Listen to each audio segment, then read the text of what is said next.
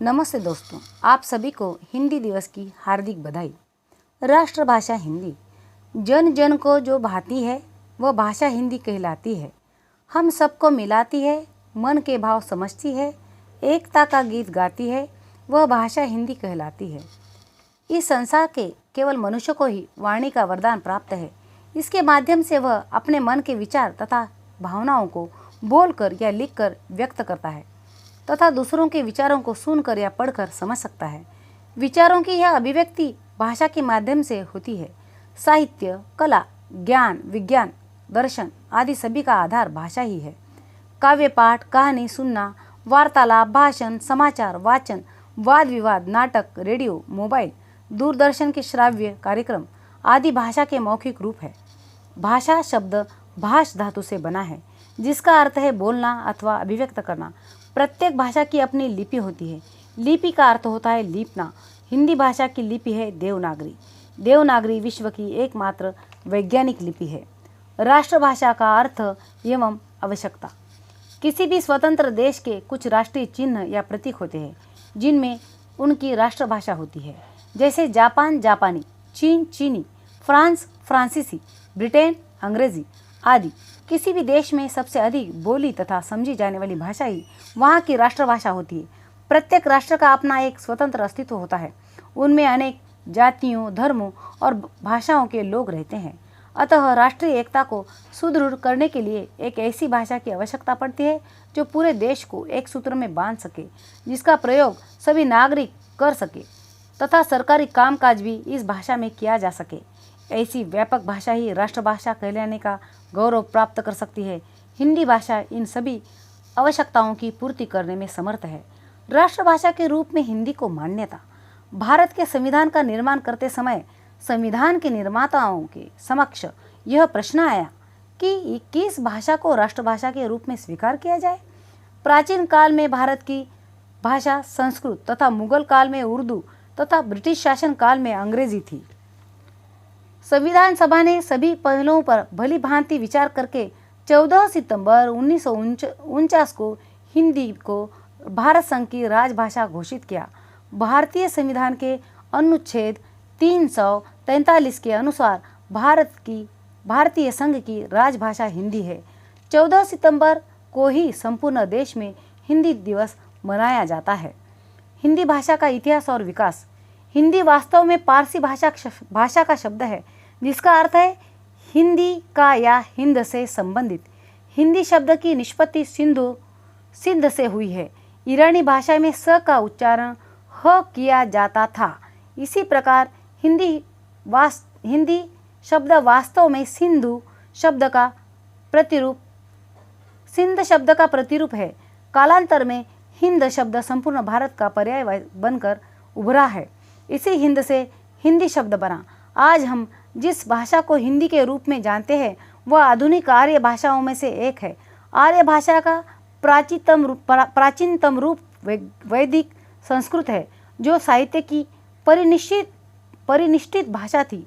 वैदिक भाषा में वेद, संहिता एवं उपनिषदों वेदांत का सृजन हुआ है।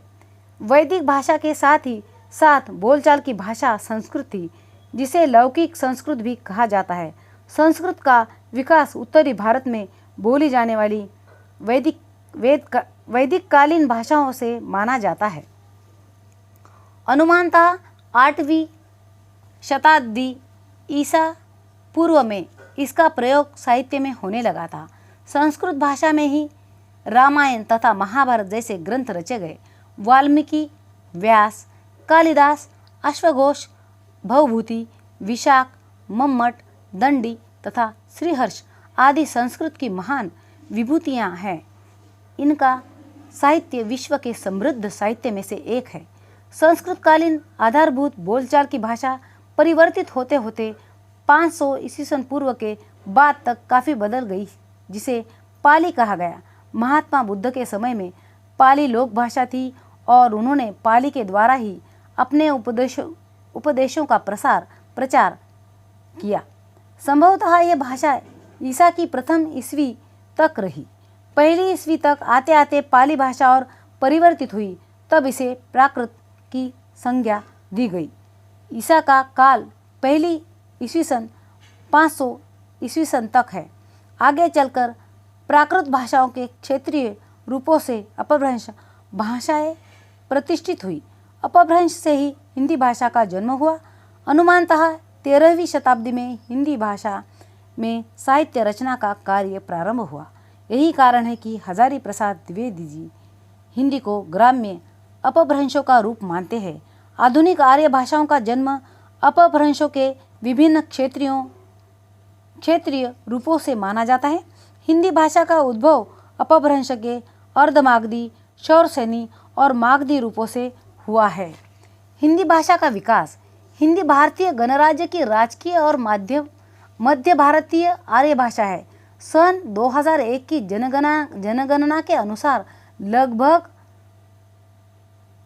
25.79 करोड़ भारतीय यानी 25.79 करोड़ भारतीय हिंदी का उपयोग मातृभाषा के रूप में करते हैं, जबकि लगभग 44.20 करोड़ लोग यानी 44.20 करोड़ लोग इसकी 50 से अधिक बोलियों में से एक इस्तेमाल करते हैं। सन 1998 के पूर्व मातृभाषियों की संख्या की दृष्टि से विश्व में सर्वाधिक बोली जाने वाली भाषाओं के जो आंकड़े मिलते थे, उनमें हिंदी को तीसरा स्थान दिया जाता था। हिंदी की आदि जननी संस्कृत है। हिंदी भाषा का इतिहास लगभग 1000 वर्ष पुराना माना गया है। भारत की मान्यता प्राप्त भाषाएं। भारतीय संविधान में 22 प्रादेशिक भाषाओं को मान्यता प्रदान की गई है। वे इस प्रकार है: हिंदी, आसामिया, बांग्ला, गुजराती, बोडो, डोगरी, कन्नड़, काश्मीरी, कोंकणी, पंजाबी, उर्दू, मैथिली, मलयालम, मणिपुरी, मराठी, नेपाली, उड़िया, संस्कृत, तमिल, तेलुगु, संथाली तथा सिंधी। मानक भाषा। जब भाषा विकास प्रक्रिया से गुजरती है तब उसकी एकरूपता को बनाए रखना कठिन हो जाता है। हिंदी भाषा का क्षेत्र बहुत व्यापक है, इसलिए इस पर बोलियों तथा उपभाषाओं का प्रभाव पड़ता रहता है। ऐसी स्थिति में वर्णों व शब्दों के एक से अधिक रूप प्रचलित हो जाते हैं। कौन सा रूप शुद्ध तथा मानक है, यह जानने में कठिनाई का अनुभव होता है। इस कारण भाषा में एक रूपता की आवश्यकता पड़ती है। भाषा के जिस रूप को शिक्षित जनों द्वारा उपयुक्त एवं विद्वानों द्वारा स्वीकृत किया जाता है, वह भाषा का मानक रूप कहलाता है। हिंदी के पक्ष और विपक्षों में धारणाएं।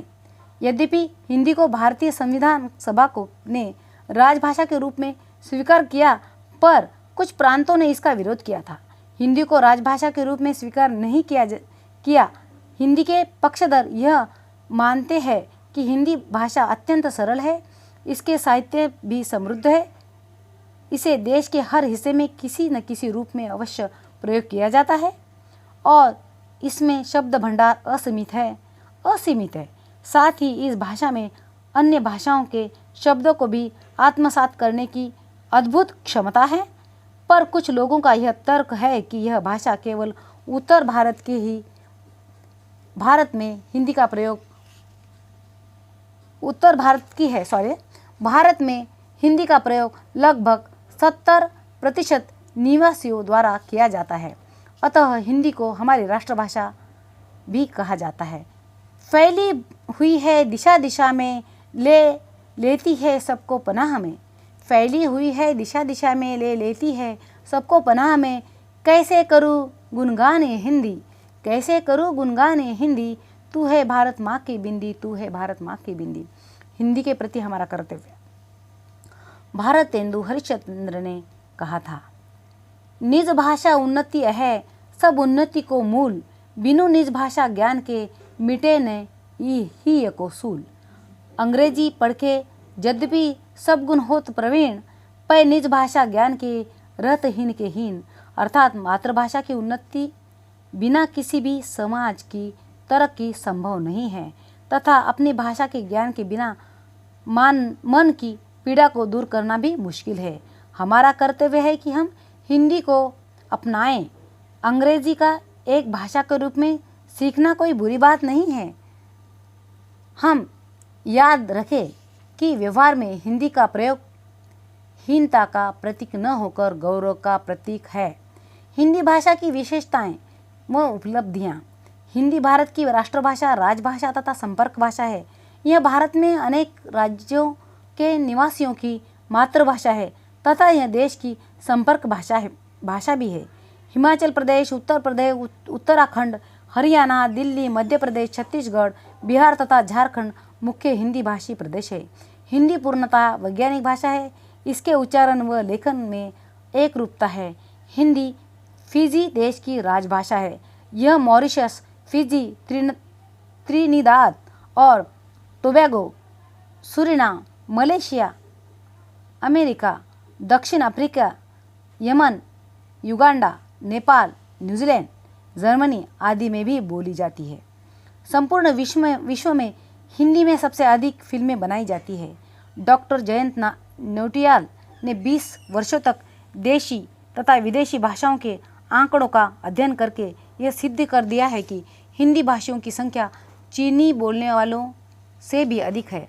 आजकल टीवी चैनलों पर समाचार, विज्ञान और अन्य कार्यक्रम भी हिंदी भाषा में सबसे अधिक प्रसारित होते हैं। भारत में सर्वाधिक पत्र पत्रिकाएं व पाठक हिंदी भाषा के हैं। हिंदी का शब्द भंडार 1 करोड़ से भी अधिक है। हमारा कर्तव्य है कि हम हिंदी के प्रति उदार दृष्टिकोण अपनाएं। इसकी उन्नति ही हमारी उन्नति है। किसी भी भाषा का प्रसार नारों व उसके राजनीतिकरण से नहीं होता, वह परिश्रमी और धैर्य से होता है। हिंदी निदेशालय, नागरिक प्रचारिणी सभा जैसे अनेक संस्थाएं हिंदी के विकास में महत्वपूर्ण भूमिका निभा रही है। महान क्रांतिकारी तथा कवि पंडित राम प्रसाद बिस्मिल की यह पंक्तियां हमें हमेशा प्रेरित करती रहती है। न चाहूं मान दुनिया में, न चाहूं स्वर्ग को जाना, न चाहूं मान दुनिया में, न चाहूं स्वर्ग को जाना, मुझे वर दे यही माता, रहूं भारत का दीवाना, मुझे वर दे यही माता, रहूं भारत का दीवाना, मुझे हो प्रेम हिंदी से, पढ़ूं हिंदी, लिखूं हिंदी, मुझे हो प्रेम हिंदी से, पढ़ूं हिंदी, लिखूं हिंदी, चलन हिंदी चलूं, हिंदी पहनना ओढ़ना खाना, चलन हिंदी चलूं, हिंदी पहनना ओढ़ना खाना, रहे मेरे भवन में रोशनी हिंदी चिरागों की, रहे मेरे भवन में रोशनी हिंदी चिरागों की, कि जिसके लौ पे जलकर खाक हो बिस्मिल सा परवाना, कि जिसके लौ पे जलकर खाक हो बिस्मिल सा परवाना।